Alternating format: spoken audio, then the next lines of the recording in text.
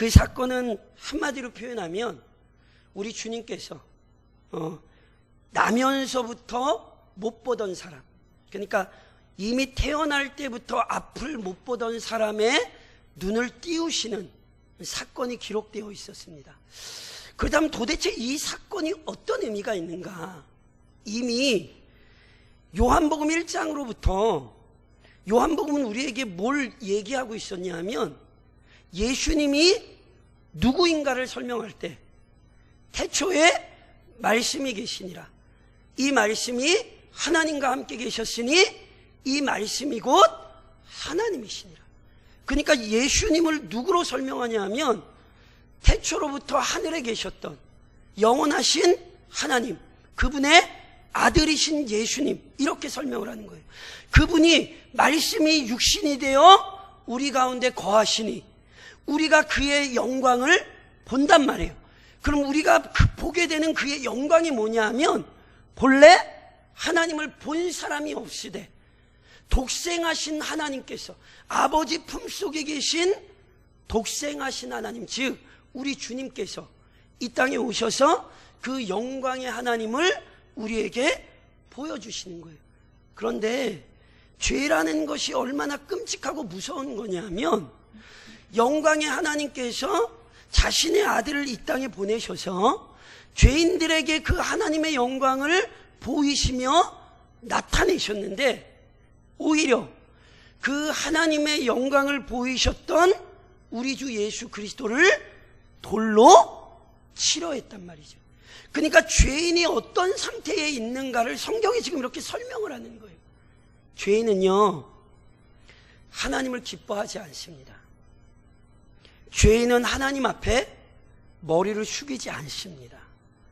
죄인은 오히려 하나님을 대적합니다.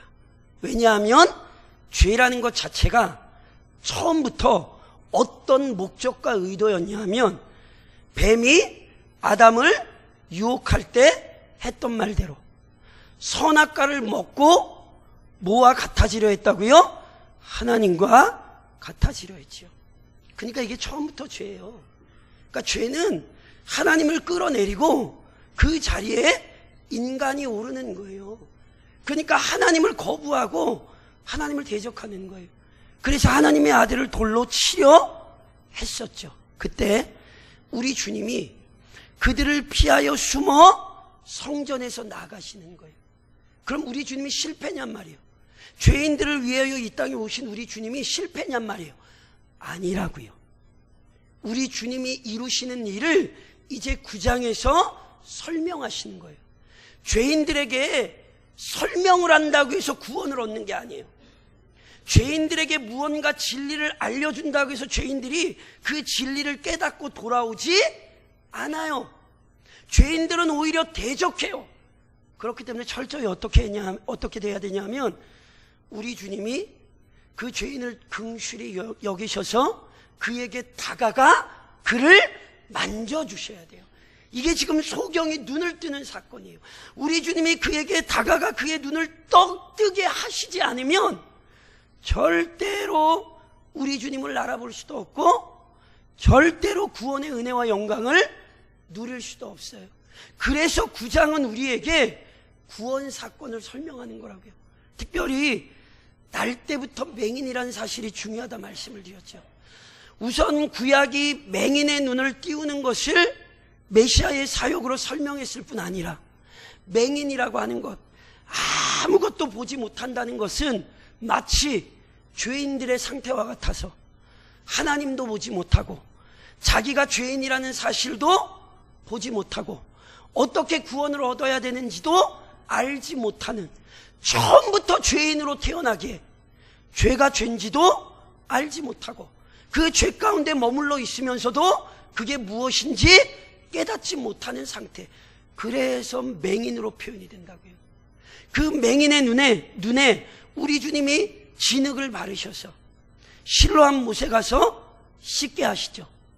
진흙을 바른 것도 중요하나 어제 말씀드렸던 것처럼 보내신다고요. 어디로? 실로암으로. 실로암이 뭔데요? 실로암이 보내심을 받았다.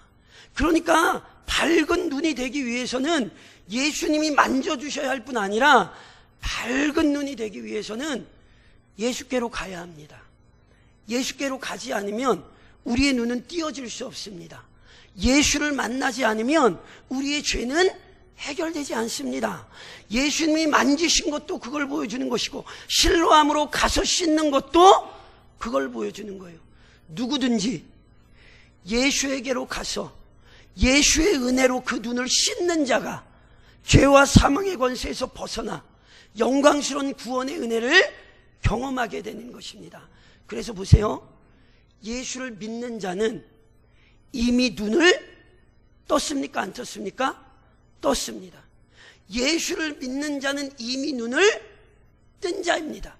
그런데 보세요. 눈을 뜨자마자 사람들이 막 잔치를 벌여주고 막 축하해주고 막 위로해주고 이러지 않았어요. 눈을 뜨자마자 뭐가 시작됩니까? 논쟁이 시작됩니다. 그가 눈을 떴다는 사실 때문에 유대인들이 예수를 찾아가 머리를 숙이지도 않고 그들이 그와 함께 예수를 찬양하지 않고 별의 별놈의 문제거리를 만들어내죠. 이걸 잘 기억하셔야 돼요. 이전까지, 눈을 뜨기 전까지 세상은 그의 동료였어요. 세상은 그에게 먹을 걸 갖다 줬어요. 그런데 보세요. 눈을 뜨자 세상은 그를 배척해요. 예수를 믿기 전에 세상은 우리의 친구예요. 세상에 사는 게 너무너무 좋아요. 본성에 맞아요. 그런데 아세요? 눈을 뜨고 구원을 얻으면 세상은 절대로 친구가 될 수 없어요. 왜냐하면 세상은 우리를 이해하지 못하고 세상은 무엇보다 예수를 받아들일 수 없다니까요. 그래서 예수를 믿는 순간 큰 싸움이 시작된다는 사실을 기억하셔야 돼요. 예수만 안 믿으면요, 세상은 살기 너무 좋습니다. 근데 예수를 믿으면 세상을 사는 것은 괴로워집니다. 예전에도 수차 말씀드렸던 것처럼 우리의 삶은 영적 전쟁이에요. 그러니까 영적 전쟁을 하러 가자가 아니라니까요. 예수를 믿는다는 건, 그리스도 안으로 부름을 받는다는 건 악한 사단과의 영적 전쟁의 현장에 들어서서 지금 뭐 하고 있는 거냐면 싸우고 있는 거예요. 지금도 사람이 모인 것만 보시면 성경의 진수를 잘 모르시는 거예요. 예배 자체가 영적인 전쟁이에요. 하나님만 우리의 기도에 귀를 기울이시는 게 아니에요. 구약성경 다니엘서에 보면 다니엘이 하나님께 기도해요. 천사가 하나님께 응답을 받아가지고 내려와요. 근데 어떤 일이 일어나는지 아세요? 바사국 군대가 천사를 막아요. 바사국 군대란 페르시아 군대를 얘기하는 거거든요. 그런데 천사가 내려오는데 어떻게 이 땅에 있는 지상의 페르시아군이 천사를 막겠어요? 그는 이 땅에 있는 지상에 있는 페르시아군을 얘기하는 게 아니라 악한 사단의 역사를 의미하는 거예요. 악한 사단이 하나님의 뜻을 막아보려고, 그리고 하나님의 백성들의 기도를 방해하려고 난리를 치는 광경을 성경이 그렇게 표현을 하고 있는 거예요. 물론 그렇다고 혼동하시면 안 돼요. 악한 사단이 막는다고 하나님이 막힙니까? 안 막힙니까? 안 막히죠. 그래서 천사가 응답을 가지고 다니엘에게 내려오는데 며칠이 걸리죠? 성경 아세요? 21일이 걸리죠. 그래서 세일에 뭐 다니엘 기도에 뭐 이런 표현을 쓰시죠. 그게 거기서 나오는 거예요. 세일에 다니엘 기도에 이게 21일이 왜 걸리죠? 21일이 왜 걸리는지 아세요? 제가 말씀드렸던 것처럼 하나님이 능력이 없기 때문에 21일이 걸리는 게 아니에요. 그것은 성경이 우리에게 영적 전쟁이 얼마나 치열한 것인가를 가르치는 거예요. 성도들로 하여금 이 땅에 있는 것이 치열한 영적 전쟁을 싸우고 있다는 사실을 깨닫게 하는 거라니까요. 그래서요, 정신을 바짝 차리고 기도하셔야 돼요. 우리 주님이 제자들에게 분명히 뭐라고 경고하셨어요? 시험에 들지 않도록 뭐하라? 깨어 기도하라. 이 맹인의 환경은 우리의 환경이에요. 눈을 떴기 때문에 괴로워요. 온 주변이 달려들어서 우리의 신앙을 무너뜨리려 한다고요. 그것도 여러 가지 다양한 방법으로. 그러나 요한복음 16장에 보면 우리 주님이 이런 말씀하세요. 너희가 세상에서 환난을 당하나. 그 다음에 뭐라고 말씀하시게요? 그쵸, 너희가 세상에서 환난을 당하나 담대하라. 내가 세상을 이겼노라. 보세요. 세상이, 유대인들이, 장님이 맹인이 눈 뜨고 나자 이 사람을 막 괴롭혔어요. 그런데 이 사람을 막 괴롭혔더니 이 사람이 나가 떨어졌나요? 아니에요. 놀라운 걸 보게 돼요. 처음에 이 사람에게 물었어요. 너 눈 누가 뜨게 했어? 그랬더니 이 사람이 뭐라고 대답해요? 예수라 하는 사람이. 이 사람 아직 예수님이 누군지도 잘 몰라요. 그냥 예수라는 사람이 날 뜨게 했다는 것만 알아요. 그러니까 예수에 대해 대단한 이해를 가진 게 아니었어요.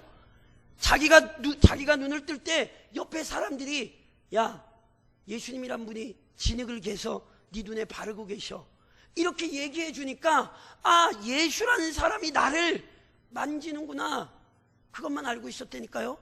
그런데 조금 지나고 나서 바리새인들 앞에 끌려가서 바리새인들이 똑같이 다시 묻죠. 야, 그 사람이 네 눈 뜨게 했잖아. 너 그 사람 누구라고 생각해? 그랬더니 그 사람이 이제 뭐라고 얘기해요? 선지자니이다. 전혀 달라져요, 고백이. 예수라는 사람에서 선지자는 어떤 사람이에요? 하나님께서 보내신 사람. 그래서 그 뜻을 알리시고 그 능력을 드러내신 사람. 이 사람은 경험을 했어요. 왜요? 자기 눈을 떴잖아요. 예수님은 그냥 한갓 사람이 아니에요. 예수님은 하나님의 보내심을 받아 자기의 눈을 띄워서 지금 하나님이 어떤 분이신지, 하나님이 우리에게 무엇을 원하시는지 지금 알려주시는 분이란 말이에요. 그런데 바리새인들이 그걸 포기 안 해요. 심지어 부모까지 끌고 와요. 부모를 끌고 와서 뭐라고 얘기하죠? 니네 아들 맞아? 원래 장님 맞아? 보세요. 바리새인들이 부모와 그 가정을 아주 억압을 해서 부인하게 만들고 싶은 내용은 분명해요. 예수가 그리스도라고 시인하는 자마다 이미 뭐 하기로 결정했다고요? 출교하기로 결정했어요. 그러니까 이 사람만이 아니라 그 부모를 불러다 놓고 지금 협박하는 거란 말이에요. 너 우리 말 들으라고. 그런데 부모가 담대하게 예수님이 했다고 고백은 못하고 피해가는 거예요. 우리 아들인 것도 맞고 맹인으로 태어난 것도 맞고, 그런데 어떻게 눈을 떴는지 우리는 잘 모르겠습니다. 다 컸으니까 저 아들에게 물어보시면 될 거라고. 그래서 다시 아들에게로 묻는 거예요. 맹인에게로 묻는 거예요. 보세요. 믿음은 다른 사람이 지켜주지 않아요. 첫날에도 그런 말씀 드렸죠.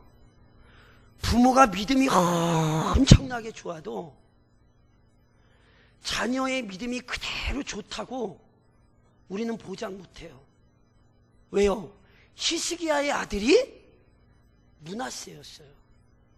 물론 그렇다고 너무 비참해지지 마세요. 므낫세 아들이 혹시 누군지 아세요?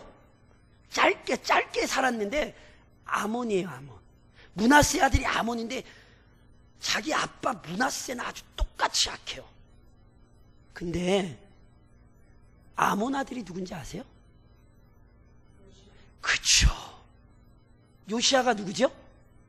선한 왕 중에 대표적인 또 하나의 왕이죠.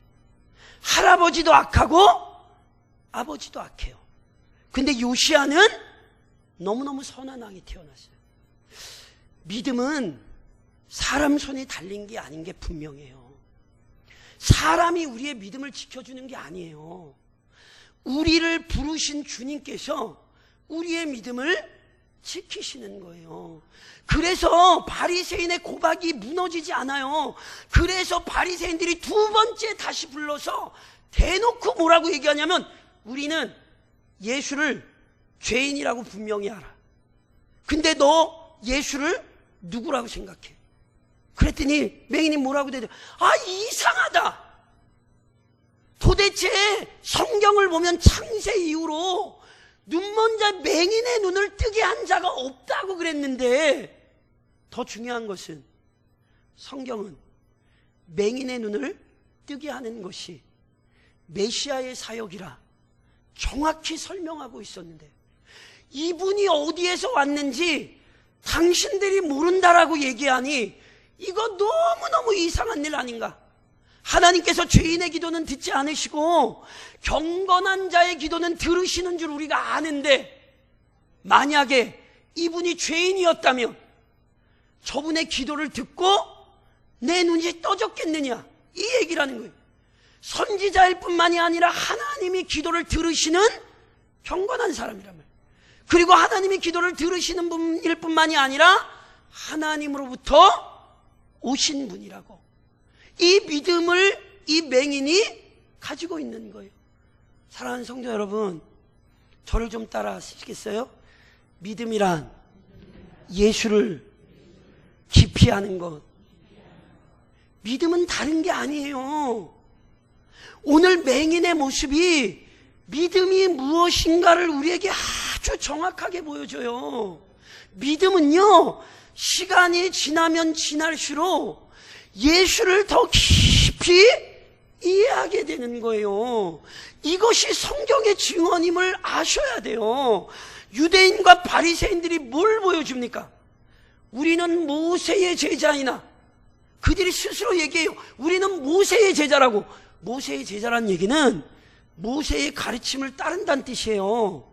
그런데 모세의 가르침을 따른다라고 했는데, 모세의 율법이 예수를 보여주는데, 그 모세의 율법이 보여주는 예수를 압니까 모릅니까? 모르잖아요. 이것은 굉장히 무서운 얘기라니까요. 성경에서 우리 주님이 이런 말씀하셨어요. 먼저 된 자로서 나중되고, 나중된 자로서 먼저 될 자가 뭐라고요? 잘 들으셔야 돼요. 먼저 된 자가 무조건 나중된다라고 얘기 안 했어요. 그거 착각하시면 안 돼요. 그러니까 먼저 된 사람이 무조건 나중된다, 우리 주님 이렇게 말씀 안 하셨어요. 또 똑같이 나중된 자가 무조건 먼저 된다, 우리 주님 이렇게도 말씀 안 하셨어요. 먼저 된 자로서 나중된 자가 많고, 나중될 자로서 먼저 될 자가 많다 그러셨어요. 무슨 얘기인지 아세요? 먼저 되었어도 그 신앙을 유지하는 것이 쉽단 얘기입니까? 쉽지 않단 얘기입니까? 어렵단 얘기입니다. 그래서 사랑하는 성도 여러분, 매일매일 눈을 뜨셔야 되는 거예요. 이건 쉽지 않아요. 제가 목사예요, 아니에요? 갑자기 물으니까 아닌 것 같으세요? 제가 목사가 아닌 걸로 보이십니까? 제가 목사니까 아닙니까? 제가 누님이 말씀드려죠. 저 목사 맞아요. 그런데요, 저는 목사로 완성되지 않았어요. 저는 지금도 목사가 되어가는 과정 가운데 있는 거예요. 죽을 때까지 목사로 살라고 우리 주님이 목사로 부르신 거라고요. 목사로 딱 완성이 돼서 목사인 것처럼 사는 게 아니에요. 죽을 때까지 끊임없이 목사다워져야 되는 거예요. 장로란 끊임없이 장로다워지는 거예요. 제 누님 말씀드리죠. 은퇴는 교회의 행정적인 질서에서 시무사역에서 손을 놓는다는 뜻이지, 그의 영광스러운 직분에서 탈락된다든가 그의 영광스러운 자리에서 그 자리를 뺏긴다는 뜻이 아니에요. 아이고, 은퇴하니까 목사님 마음이 좀 싱숭생숭해. 그건 인간적으로 그러실 수 있어요. 그거는 당연히 인간적으로 그러실 수 있어요. 심지어 죄송한 얘기인데요, 100% 그런 건 아니에요. 근데 제가 진짜 재밌는 걸 좀 봐서 그래요. 뭐냐 하면, 정말 설교를 잘하시던 목사님인데, 정말 설교를 굉장히 잘하시던 목사님들인데, 은퇴하고 나서 그 강단의 은사가 사라지시는 분들이 있더라고요. 제가 그걸 보고 큰 걸 깨달았어요. 강단에 서서 설교할 수 있는 권능도 누가 주시는 거죠? 그쵸, 이게 은사라니까요. 그러니까 부르신 분이 하나님이시기 때문에 강단을 지키는 동안은 성도를 살려야 되기 때문에 하나님께서 목사를 위해서가 아니라 교회를 위해서 목사에게 은혜를 주시는 거예요. 그래서 설교의 은사가 나타나게 하시는 거죠. 그런데 그 사역에서 물러나서 후임자로 넘기고 나면 하나님께서 이렇게 은사를 거두어 가시더라고요. 저는 그런 목사님을 봤어요. 그래서 제가 그걸 보면서 항상 기억해요. 강단에 세워주실 때 설교도 죽을 것처럼 해야 돼요. 왜냐하면 이게 시기가 있어요. 하나님께서 그 사람을 사용하시는 시기가 있기 때문에 철저히 그때 충성을 해야 돼요.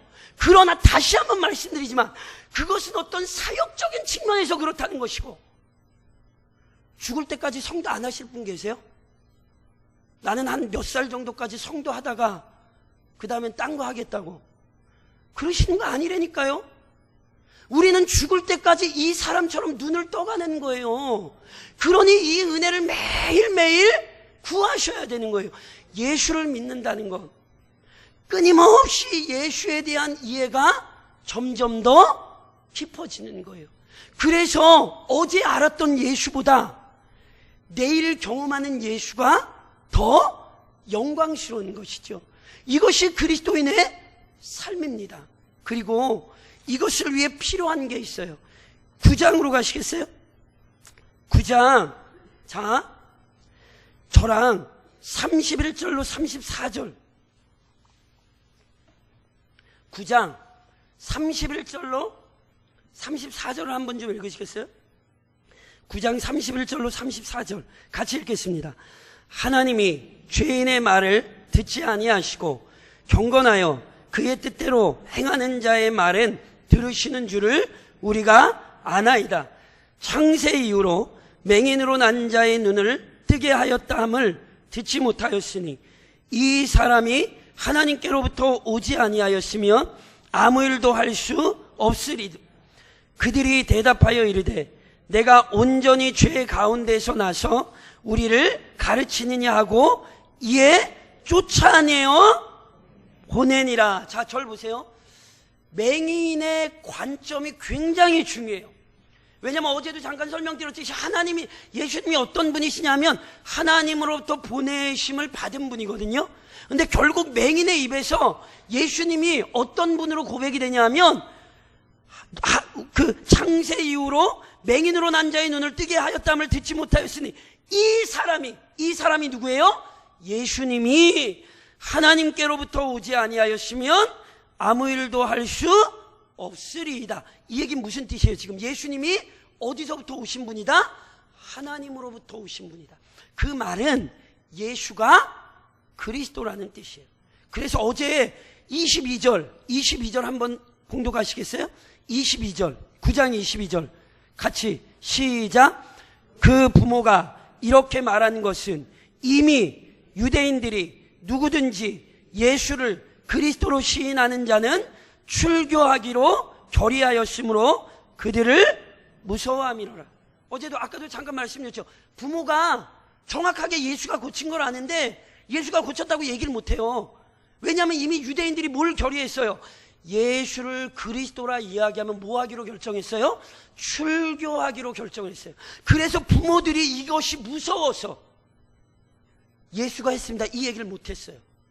근데 맹인은 그 고백을 아주 정확히 하는 거예요. 예수님이 누구다? 하나님으로부터 오신 분이다. 이건 다시 얘기하면 예수가 그리스도다. 이 고백을 하고 있는 거예요. 그랬더니 34절에 바리새인들이 어떻게 하죠? 내가 온전히 죄 가운데 나서 우리를 가르치느냐 하고, 자, 이 구절이 뭔지 아시겠어요? 온전히 죄 가운데 나서 우리를 가르치느냐. 맹인이 어떻게 태어났대요? 온전히 죄 가운데 태어났대요. 이 얘기를 원래 누가 했죠? 제자들이 했던 거 기억하세요? 제자들이 맹인을 보면서 뭐라고 얘기했어요? 저 사람이 맹인으로 된 게 부모의 죄입니까? 자신의 죄입니까? 말씀드렸잖아요.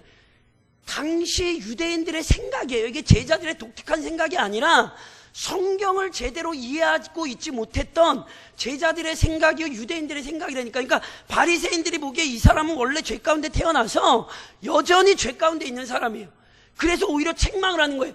야, 너 죄인으로 태어난 주제에 네가 우리들한테 큰 소리를 쳐? 그러고는 뭐 하죠? 내어 쫓아 보내니라. 무슨 뜻입니까? 출교했다는 얘기입니다. 이해하시겠어요? 이게 지금 출교했다는 얘기예요. 그러면 제가 어제 말씀드렸죠. 출교하면 우선 뭐가 되냐 하면 유대 사회에서 철저히 고립되는 거예요. 출교되기 전에 이 사람은 유대인들이 먹여 살려요. 왜냐하면 구걸해서 살고 있으니까.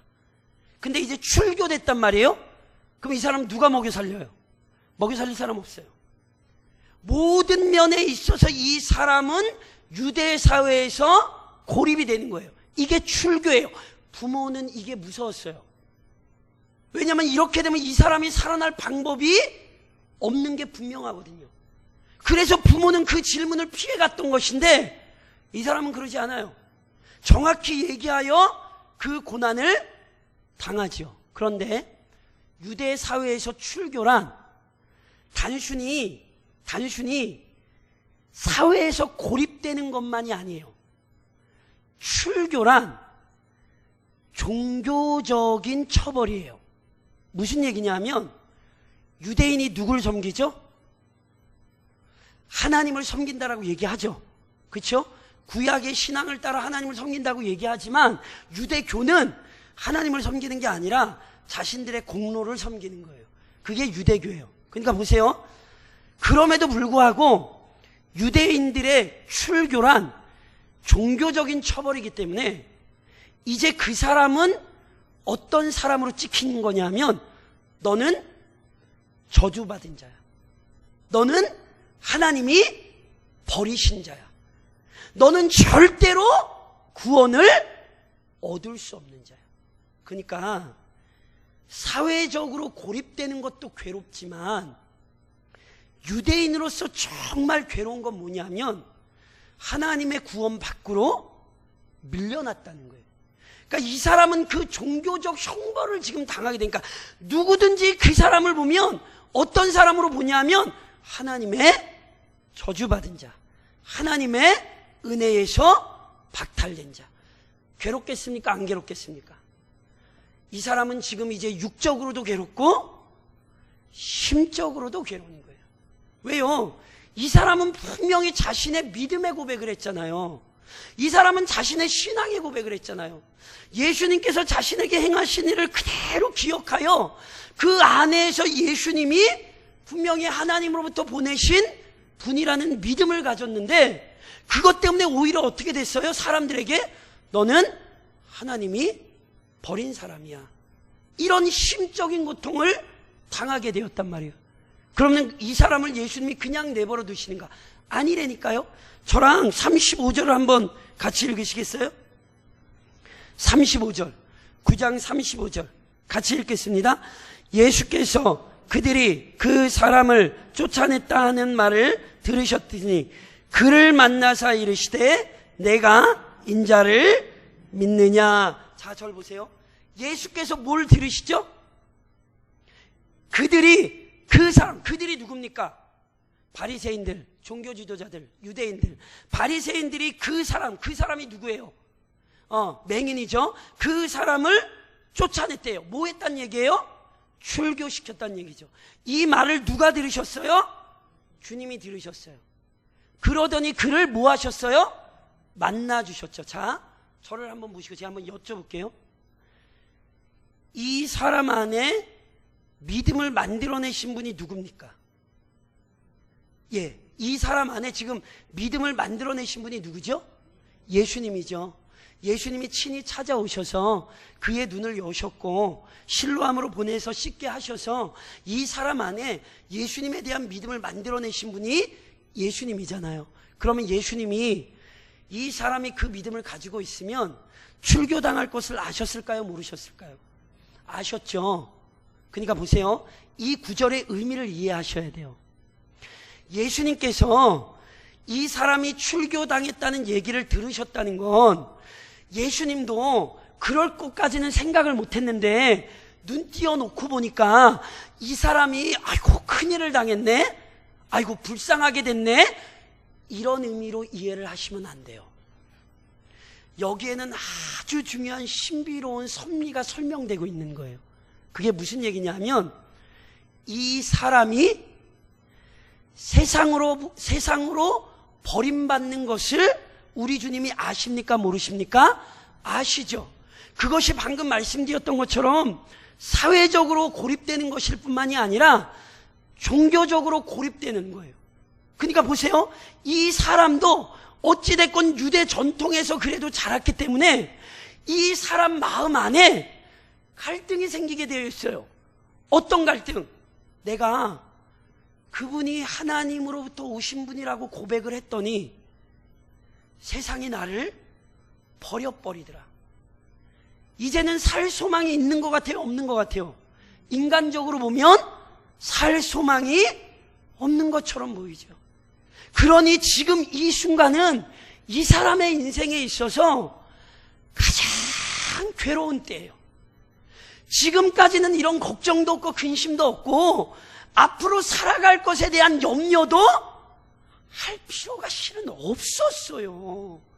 그런데 놀랍게 그의 인생의 가장 큰 위기를 만나고 육적으로나 영적으로나 가장 깊은 나락에 떨어졌던 때, 그때가 바로 이때라고요. 그런데 그때 누가 오시는 거예요? 예수님이 오시는 거예요. 무슨 얘기인지 아세요? 예수님은요, 내버려 두지 않으세요. 누구를요? 자기 백성을. 죽을 것 같으시죠? 그렇게 생각하시면 안 돼요. 우리 안에 믿음을 주신 분도 하나님이시기 때문에 지쳐 나가 떨어져서 쓰러질 것 같더라도 우리 주님이 다시 적합한 순간에 찾아오셔서 일으키시는 거예요. 이것은 지금 주님의 놀라운 섭리를 설명하는 거예요. 이 사람이 믿음을 고백한 것 때문에 깊은 절망에 빠져 나락으로 떨어지지 않도록 우리 주님이 딱 적당한 순간에 그에게 찾아오셔서 그를 위로하시는 거예요. 성경은 이런 사건을 우리에게 굉장히 많이 보여줘요. 예를 들면 대표적으로 엘리야 아닙니까? 엘리야가요 아합과 이세벨과 싸우죠. 바알과 아세라 섬기던 사람들 몇 명입니까? 850명과 싸우죠. 그리고 나서 승리를 거두죠. 아세라 바알 선지자들 막 다 죽였어요. 근데 아세요? 아세라 바알을 죽여도 소용이 없어요. 왜요? 아합이 건재해요. 바알과 아세라 선지자들을 끌어들인 사람이 누구죠? 아합이에요. 그리고 아합보다 더 중요한 인물이 있어요. 누구죠? 그렇죠. 원래 이세벨이 바알 종교를 끌고 들어오는 거거든요. 그런데 아합이 건재할 뿐 아니라 누가 건재하냐 하면 그 바알과 아세라 선지자 다 끌고 들어왔던 이세벨이 눈을 시퍼렇게 뜨고 있어요. 그래서 이세벨이 뭐라 그랬어요? 너희 내 손에 잡으면 죽어. 아합이 안 그랬어요. 성경에 보세요. 누가 그랬어요? 이세벨이 그랬어요. 그러자 엘리야가 어떻게 됐죠? 낭망이 됐어요. 왜냐하면 너무너무 하나님을 향한 열심을 가지고 자기는 열심히 이스라엘을 회복시키기 위해 실은 자기 목숨을 걸고 지금까지 선지자로 사역을 해서 그 바알과 아세라 선지자 다 처단해 놨더니만 여전히 원흉인 이세벨이 눈 시퍼렇게 뜨고 누구를 죽이겠대요? 자기를 죽이겠대요. 그래서 아시잖아요. 그 위대한 하나님의 선지자가 하나님 앞에 내 더 이상 살아서 뭐 하겠냐고, 하나님 그냥 죽여달라고. 그리고 광야로 들어간다니까요. 근데 아십니까? 그 광야에서 하나님께서 엘리야를 만나십니까? 안 만나십니까? 만나주시잖아요. 만나주시잖아요. 야곱의 인생 기억하세요? 자기 아버지와 형을 속였어요. 왜 속였게요? 하나님의 축복을 너무너무 받고 싶었어요. 장자의 축복은 그냥 큰아들에게 물려지는 권한이 아니라 하나님께서 주신 언약이 물려지는 권한이거든요.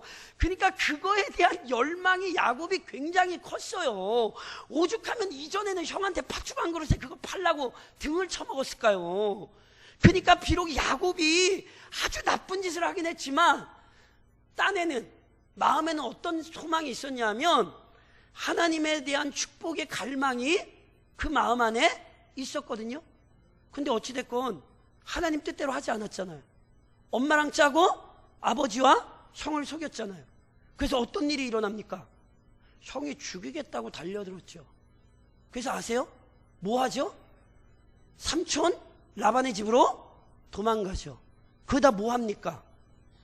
베델이라는 곳에 이르러 노숙합니다. 노숙. 땅바닥에 돌베개 베고 잡니다. 얼마나 초라합니까? 당시 야곱의 나이가 몇 살인지 아세요? 당시 야곱의 나이가 몇 살인지 아세요? 야곱이 나중에 애국 갈 때부터 뒤로 따져서 나이를 거의 추산해 보면 75세에서 77세 사이예요. 그러니까 팔팔하게 혈기왕성할 때 아니에요. 이른이 넘은 나이예요. 이른이 넘은 나이에 땅바닥에서 돌멩이 메고 잠잔다고 생각을 해보세요. 인생이 얼마나 비참해요. 근데 그때 어떤 일이 일어나죠? 하늘이 열리죠. 그 하나님께서 그 하늘에 계시고 사다리를 내리시고 내가 너랑 함께 있는다 약속하시죠. 사랑하는 성도 여러분, 잊지 마세요. 하나님은 우리를 내버려 두지 않으시고 적합한 때에 우리를 살리십니다. 믿음을 주신 분이 우리 주님이시기 때문에 이 사람이 아예 나락으로 떨어지게 내버려 두지 않으셨고요, 그에게 가장 적합한 때 우리 주님이 찾아오셔서 그의 믿음을 다시금 견고히 세워주시는 거예요. 목사님, 근데 나는 그때가 언제인지 모르겠어요. 저도 모르겠어요. 그건 우리는 몰라요. 근데 기억하셔야 돼요. 우리 때가 아니라 주님의 때가 있고요, 우리 방법이 아니라 주님의 방법이 있어요. 그 방법이 제일 좋은 방법이고요, 그 때가 제일 좋은 때예요. 그래서 뭐 하셔야 되는지 아세요? 제가 예전에도 이런 말씀 드렸잖아요. 신앙생활은 이를 악물고 해야 돼요. 우리 이천 장로님이 이를 얼마나 악물고 있으면 이가 요즘 상하셔가지고 걱정이세요. 아니 근데 진짜로 이가 많이 상하셨더라고요. 근데 성경적이시죠? 이가 상해야 돼요. 물론 진짜로 육신의 이 상하는 이 정도가 아니라 무슨 표현인지 아시죠? 성경이 뭐라고 얘기하죠? 허리띠를 졸라매래요. 그건 철저히 깨어 경건하란 뜻이에요. 신앙생활은 그렇게 싸워나가지 않으면요, 절대로 신앙생활은 이루어질 수 없어요. 근데 그러면서 보세요. 우리 주님이 그가 쓰러지지 않도록 나타나셔서 하시는 말씀이 뭐냐면, 저를 좀 따라 하시겠어요? 내가 인자를 믿느냐? 뭐라고 말씀하셨다고요? 대신 답변 좀 해봐 주세요. 이 사람 믿겠어요? 안 믿겠어요? 아니, 답변을 해달라고 하시는데 집사님 아멘이야. 아니, 만약에 답답하지 않으세요? 죄송합니다. 저는 예전에 처음에 이 본문, 제 꽤 됐죠. 어릴 때 제 이 본문 보면서 화가 났어요. 아니, 뭐 하는 거예요 지금? 왜냐면 이 사람이 지금 9장의 맥락을 보세요. 부모도 무서워서 얘기를 못해요. 부모가 이 자녀를 아꼈겠습니까? 안 아꼈겠습니까? 다 아시잖아요. 보세요. 이 사람이 눈을 떴을 때 누가 제일 기뻤겠어요? 왜 기뻤겠어요? 유대인의 관점에서 생각을 하셔야 돼요. 왜 기뻤겠어요? 부모 심정으로 그런 거 다 이해하시잖아요. 자녀가 잘못되면 꼭 누구 탓인 것 같으세요? 그쵸?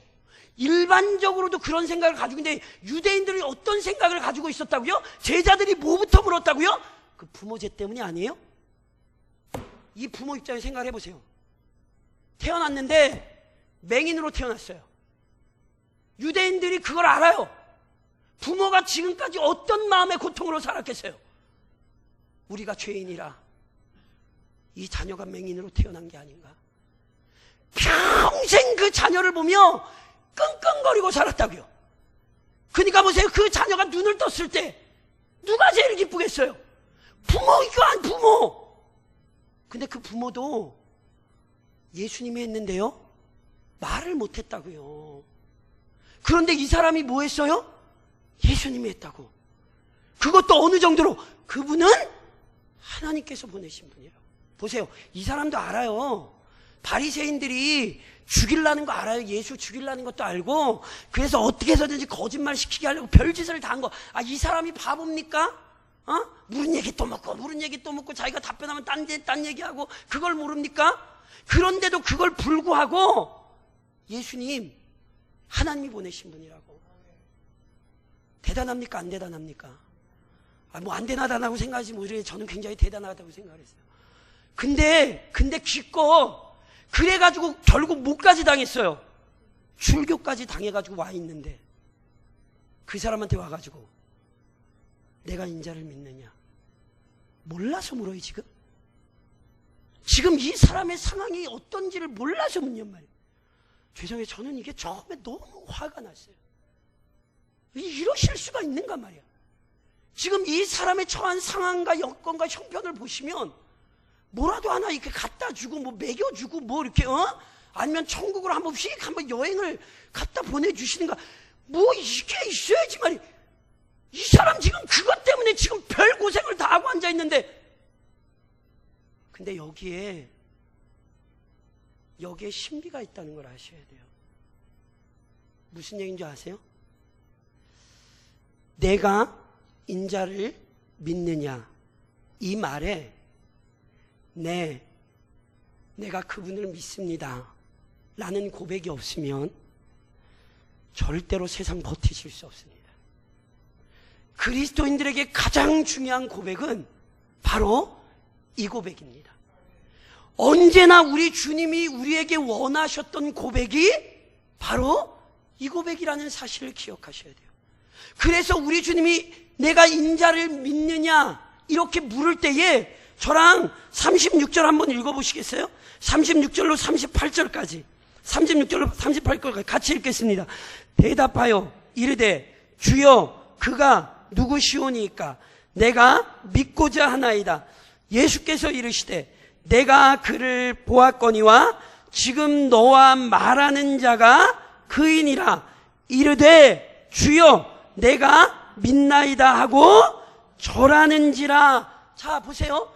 예수님께서 이 사람에게 오셔서 확인시키시는 건 단순히 이 사람의 믿음의 고백이 있는가 없는가를 확인시키시는 게 아니에요. 눈을 떠서 예수님이 하나님이 보내신 분임을 알아요. 아멘이세요? 그럼 어떻게 살아야 된다는데요? 예수님이 하나님 보내신 분임을 아는 사람은 일평생에 걸쳐 그 고백을 가지고 살아야 되는 거예요. 출교를 당해도 필요한 건 이거 외에는 없어요. 어떤 일을 만나도 필요한 건 이거 외에는 없어요. 뭐요? 인자가 하나님의 아들이시고 내가 그분을 믿습니다라는 고백 외에는 그의 능력이 없다는 사실을 알려주시는 거예요. 그래서 실은 처음에 이 사람이 물을 때요, 그가 누구시니까? 왜요? 이 사람은 아직 예수님을 본 적이 없어요. 아시죠?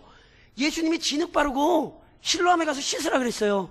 그래서 이 사람이 씻고 밝은 눈으로 왔어요. 근데 예수님이 그 자리에 있어요? 없어요? 없잖아요. 야, 그래서 사람들이 너 눈 누가 뜨게 했어? 그래서 예수라는 사람이 뜨게 했는데 어디 있는지 나는 모른다고. 그러니까 이 사람은 아직 예수님을 한 번도 자기 눈으로 본 적이 없어요. 그래서 그분이 누구시냐고, 내가 뭐 하고 싶다고? 내가 믿기를 원하나이다. 이 고백은 잘 들으셔야 돼요. 내가 이미 믿고 있고 앞으로도 내가 이 믿음 안에 거하기를 원하나이다 이런 뜻이에요. 그러니까 안 믿었는데 이제는 믿고 싶어요 이런 뜻이 아니라 내가 이미 그분을 믿고 있고 내가 내 일생을 살아가는 동안 끊임없이 그분을 믿는 믿음으로 내가 그 믿음으로 살고 싶습니다. 보세요. 어제도 이미 말씀드렸듯이 세상에 이 사람의 믿음을 막 억눌렀거든요.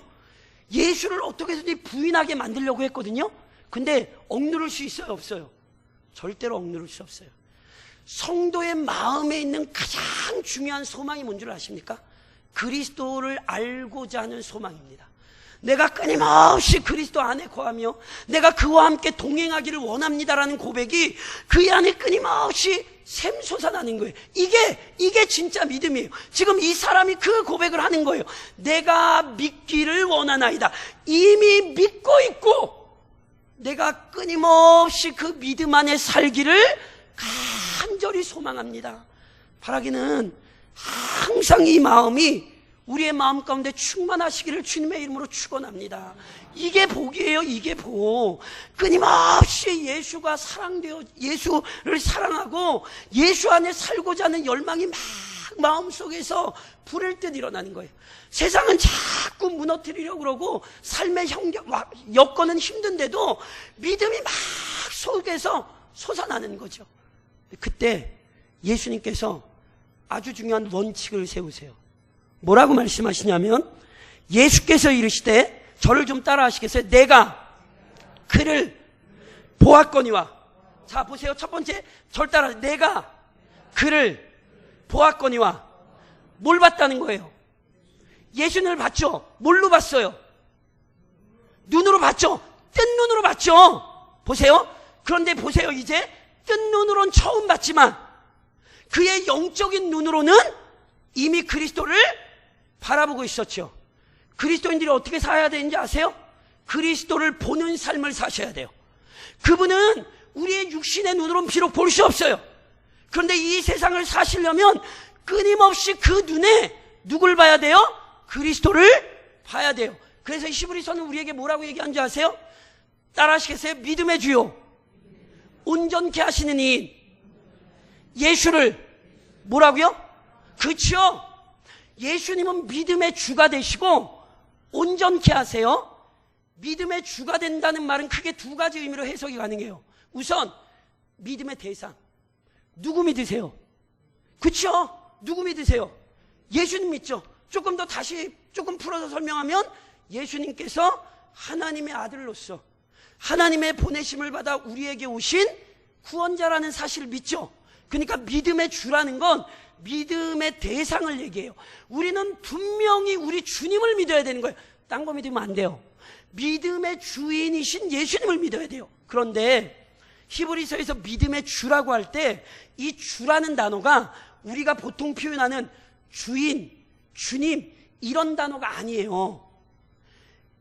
믿음의 주라고 할 때 그 주라는 원래 히브리어 원어가 어떤 단어냐 하면 앞서간 사람 이런 뜻이에요. 또는 대장 이런 뜻이에요. 그러니까 무슨 얘기냐면 우리 주님이 어떤 분이냐면 우리 앞서 믿음으로 살아가신 분이에요. 그러니까 보세요. 이 땅을 살아가려면 어떻게 살아가야 되냐면 예수님을 이미 믿었고 그 믿음 안에서 살아가고 싶으시면 우선 예수님을 바라보고 예수님을 따라가셔야 돼요. 예수님이 기도하신 것처럼 기도하셔야 되고 예수님이 하나님의 복음을 전하셨던 것처럼 하나님의 복음을 전하셔야 되고 예수님이 사랑하며 사셨던 것처럼 사랑하며 사셔야 되는 거예요. 예수님이 지금 원칙을 말씀하시는 거예요. 어떤 원칙? 예수님을 바라보고 따라가야 한다는 거예요. 그렇게 예수님을 바라보고 따라가지 않으면 우리는 실은 살아갈 수 없어요. 그거 아세요? 저는 개인적으로 진짜로 스데반의 처형 장면을 너무너무 사랑해요. 스데반이 유대인들에게 끌려가서 사내들인 공의회에서 사형을 언도받고 잘 아시는 것처럼 사도행전에서 처음으로 순교당하는 사람이 스데반입니다. 스데반. 그런데 스데반의 죽음의 장면을 보면 스데반이 돌에 맞아 죽기 전에 뭘 보는지 아세요? 성경에 보면 하늘이 열리고 우리 주 예수 그리스도께서 하나님 보좌 우편에 서신 것을 봐요. 그가 누굴 봐요? 예수를 봐요. 왜 돌을 맞을 수 있게요? 그러면서도 자기를 향하여 돌을 던지는 자들을 향하여 저들의 죄를 사하여 주옵소서.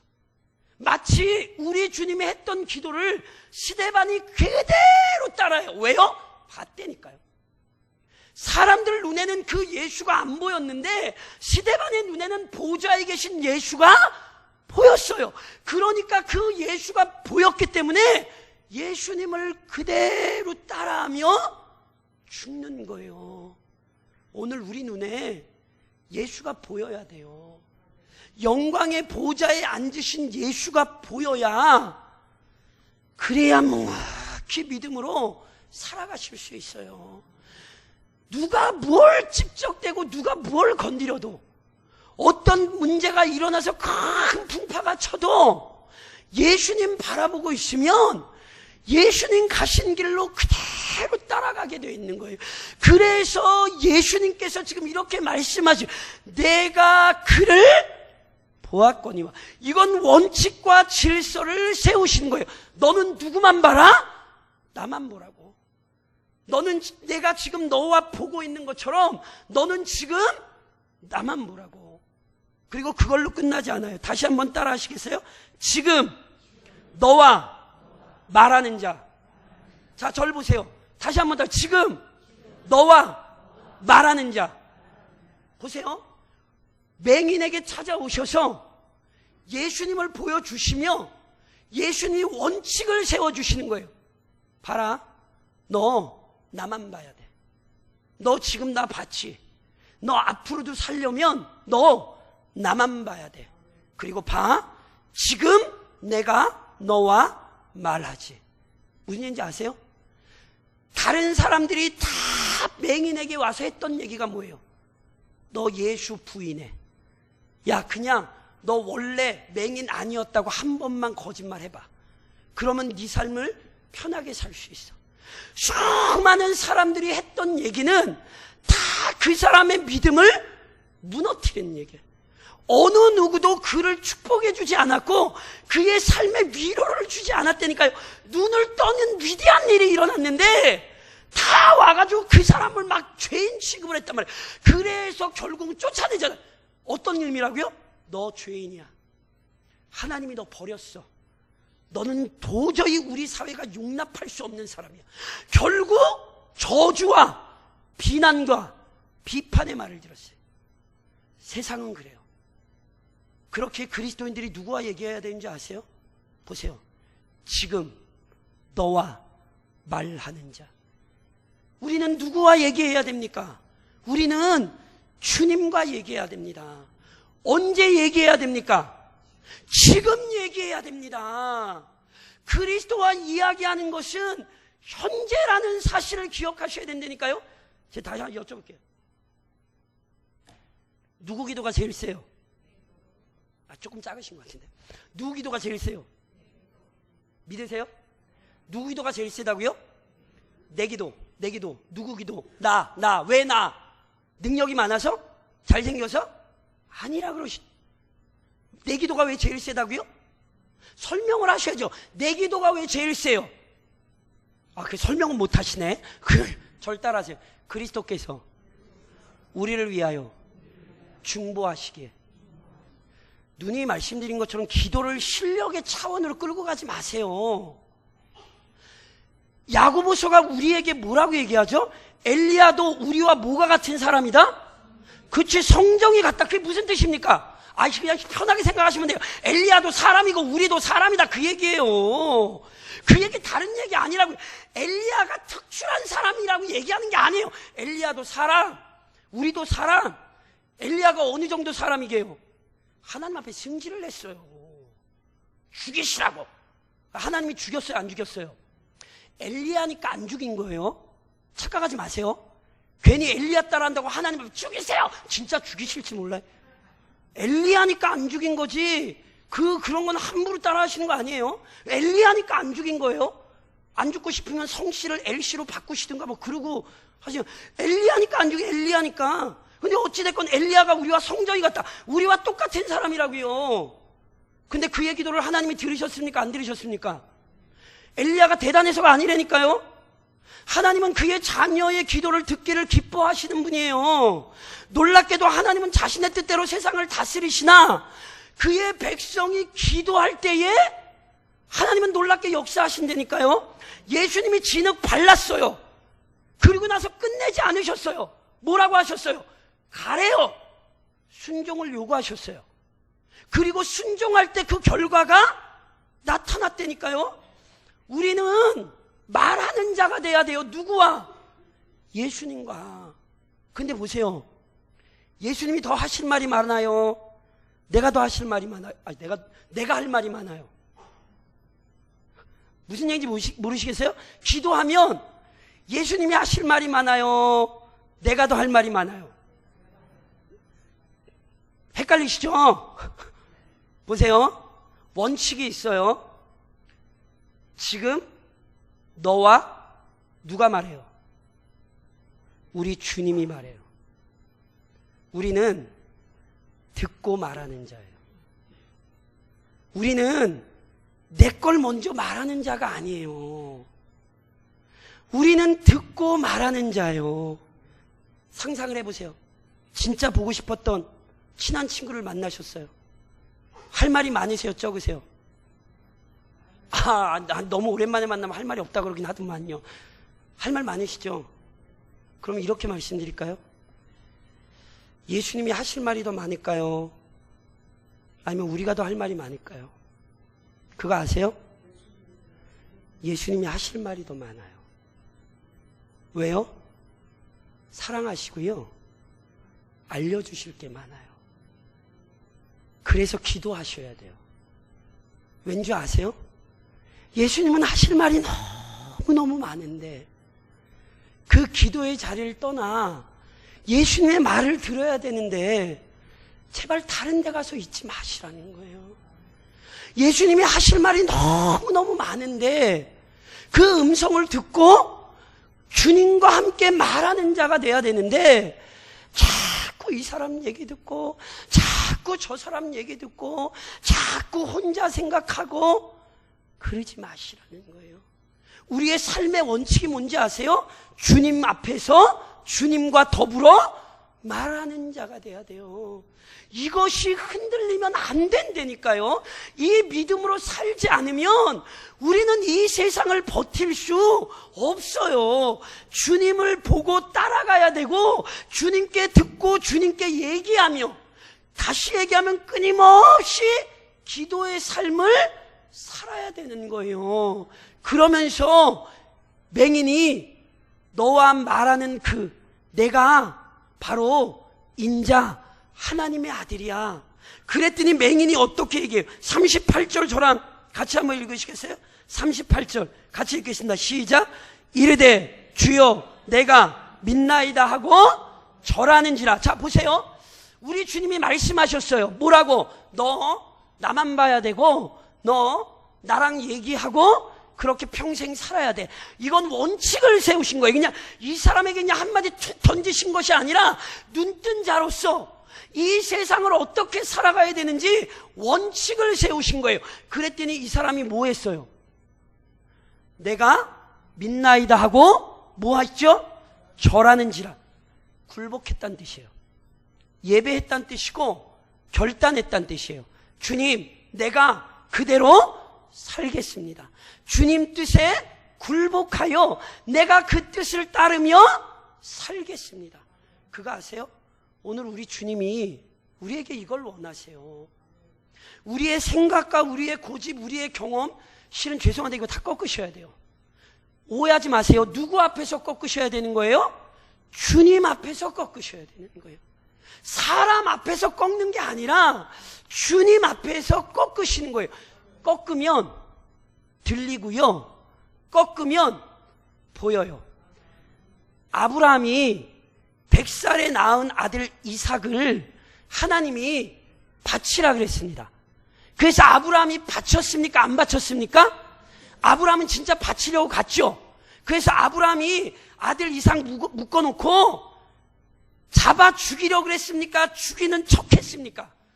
아브라함은 진짜 죽였어요. 그래서 히브리서는 이미 죽었다라고 얘기해요. 아브라함은 이미 마음에서 이삭 이미 죽였어요. 하나님이 여호와의 천사가 막으셔서 진짜로 이삭이 죽지 않은 것뿐이지 아브라함은 처음부터 죽이러 갔고 이미 아브라함의 마음에서는 죽었어요. 근데 보세요. 아브라함이 죽이고 나자 뭐가 보였는지 아세요? 뭐가 보이냐? 아브라함이 이삭을 죽이고 나자, 그러니까 진짜 죽인 게 아니라 죽이려고 해가지고 죽여서 하나님이 막으셨죠? 그러니까 다시 한번 말씀드리면 아브라함은 진짜로 죽인 거예요? 안 죽인 거예요? 아브라함의 믿음은 죽인 거라니까요? 아브라함은 이삭 죽였어요. 근데 그러고 나자 뭐가 보이죠? 그쵸? 그거 원래 거기 있었습니까? 갑자기 죽이려고 그러니까 딱 하고 거기 걸렸습니까? 표현을 잘 보셔야 돼요. 숲풀에 걸려 있었어요. 이해하시겠어요? 성경을 잘 보시라니까. 숲풀에 걸려 있었다고요. 그러니까 아브라함이 죽이려고 갑자기 막 달려다 탁 하고 걸린 게 아니라고요. 이미 그건 숲풀에 걸려 있었어요. 그래서 그걸 보고 아브라함이 뭐라고 얘기했어요? 여호와? 그걸 우리 성경은 뭐라고 번역을 그랬죠? 여호와의 산에서 왜 준비됐대요? 이삭을 잡기 전에 하나님은 받을 재물을 준비를 해놓으셨다고요. 근데 그게 보였어요? 안 보였어요? 순종하기 전엔 절대로 안 보이는 거 있어요. 예수님의 발밑에 굴복하기 전에는 절대로 안 보이는 게 있어요. 내 마음을 끊고 생각을 복종을 시켜야 그게 보이는 거예요. 그런데 끝까지 안 죽이겠다고 칼 들고 가만히 있으면 주님이 준비해 두신 사냥이 보이지 않아요. 그거 아세요? 우리 성경은 여호와의 산에서 준비되리라 이렇게 번역이 되어 있지만 원래 시브리어 원어는 그 이레라는 단어가 아도나이 이레거든요. 여호와 이레라는 단어, 이 이레라는 단어가 원래 하야 동사예요. 하야 동사는 비동사거든요. 그래서 그 비동사의 형태를 바꾼 건데 정확하게 번역하면 여호와 그가 친히 나타나시리라. 그러니까 하나님의 산에서 준비되리라는 건 한번 의역이 되는 것이고 원래적인 본문의 의미는 여호와 그가 친히 나타나시리라. 그러니까 거기서 하나님이 뭘 보여주신 거예요? 하나님 자신을 보여주시는 거예요. 하나님이 어떤 분이신데요? 하나님은 이삭의 생명 받아도 돼요? 안 돼요? 하나님이 이삭의 생명 가져가도 돼요? 안 돼요? 되죠. 원래 이삭 누가 주신 거예요? 사라가 애 못 낳잖아요. 근데 하나님이 그 생명 주셨잖아요. 그러니까 하나님이 그 달라는 거 이상해요? 안 이상해요? 당연한 거예요. 하나님이 가져가셔도 돼요. 근데 하나님이 가져가셨어요? 안 가져가셨어요? 안 가져가시고 오히려 준비된 어린 양의 생명을 잡으사 이삭의 생명을 주셨죠. 그 준비된 어린 양이 누구예요? 예수 그리스도죠. 준비된 어린 양 예수 그리스도를 잡아서 오늘 우리의 생명을 주셨죠. 이분이 누구예요? 하나님이에요. 보세요. 맹인이 억울해할 필요가 없어요. 지금 출교당한 것 때문에 억울할 필요가 없다고요. 왜요? 그분은 자기에게 굴복하는 자에게 이미 준비하신 모든 은혜를 허락하시는 분이라고요. 믿음이 있는 것 때문에 어려워진 것처럼 보여요. 눈을 뜨고 나서 괜히 삶이 피곤해진 것처럼 보인다고요. 눈만 안 떴으면 그냥 사람들이 가져다 주는 존으로 그냥 벌어먹고 사는데 아무 지장 없이 살았을 것 같고 오히려 눈 뜨고 나서 예수 그리스도라고 고백하니 삶이 힘들어진 것처럼 보이죠. 사람이 보기 그런 거예요. 예수를 믿고 사는 영광스러움을 아십니까? 그가 우리 눈을 띄우셔서 우리가 볼 수 없는 것을 보게 하셨고 그 은혜 가운데 매일매일 살아갈 때에 기억하세요. 준비된 게 펼쳐지는 거예요. 어쩌다가 은혜가 임하는 게 아니에요. 이미 우리를 위하여 준비되신 수많은 은혜가 그분 앞에 굴복할 때에 우리 앞에 펼쳐지는 거예요. 그 사람이 가장 나락에 떨어질 것 같은 때였으나 아니요. 그때 우리 주님의 은혜를 가장 명확히 알 때였습니다. 사랑하는 성도 여러분, 올 한 해 눈 감고 사시면 안 돼요. 어떻게 사셔야 돼요? 눈 뜨고 사셔야 돼요. 눈 좀 부릅떠 보세요. 물론 육신의 눈이 아니라 영적인 눈을 뜨고 사셔야 돼요. 예수님만 바라보셔야 돼요. 즉 예수님을 바라보고 예수님이 가신 길을 따라가셔야 되는 거예요. 더 나아가서 눈뜬 자답게 예수님의 음성을 들으세요. 언제? 지금. 자꾸 다른 때 얘기하시지 말고 지금 들으시라고. 지금 이 시간 주님의 음성을 들으시라고. 내가 하고 싶은 얘기보다 그분이 하고 싶은 얘기가 막 이따만큼 쌓여있대요. 그러니까 도대체 예비하신 은혜가 얼마나 큰지, 놀라운 길을 얼마나 많이 준비하셨는지 그분께 들으시라고요. 들으시라고. 그리고 굴복하셔야 돼요. 굴복하는 것이 우리에게 평안이 되고 굴복하는 것이 우리에게 은혜가 되는 거예요. 잠깐 그것이 어려워 보일 수 있으나 그렇지 않아요. 자꾸 이 믿음의 길을 피해 가시면 안 돼요. 제가 아까 이런 말씀 드렸죠. 먼저 된 자로서 나중될 자가 많고요. 나중된 자로서 먼저 될 자가 많다 그랬지. 먼저 된 자가 무조건 나중되고 나중된 자가 무조건 먼저 된다 그러지 않았어요. 다시 말씀드리면 먼저 되신 분들은 나중되지 않도록 눈 뜨고 사십시오. 나중된 분들은 먼저 될 수 있도록 소망 중에 눈을 뜨고 사십시오. 우리의 눈을 뜨게 하신 분이 올 한 해도 우리의 삶을 책임지시고 우리가 알지 못했던 은혜의 샘들을 터뜨리실 거예요. 그러니까 죽을 것 같아도 괜찮아요. 안 죽어요. 죽으면 어디 가요? 죽으면 천국 가요. 할렐루야. 감사하죠. 그러니까 걱정하실 필요 없어요. 그가 우리를 살려야 될 때 지체하지 않으시고 일으키시고 살리실 것이니 그분 바라보고 그에게 귀를 기울이고 묵묵히 그분 앞에 굴복하며 그렇게 올 한 해를 좀 살아가실 수 있기를, 그래서 우리 눈이 뜨인 자들로 살아가실 수 있기를 우리 눈을 뜨게 하신 주님의 이름으로 권면드립니다.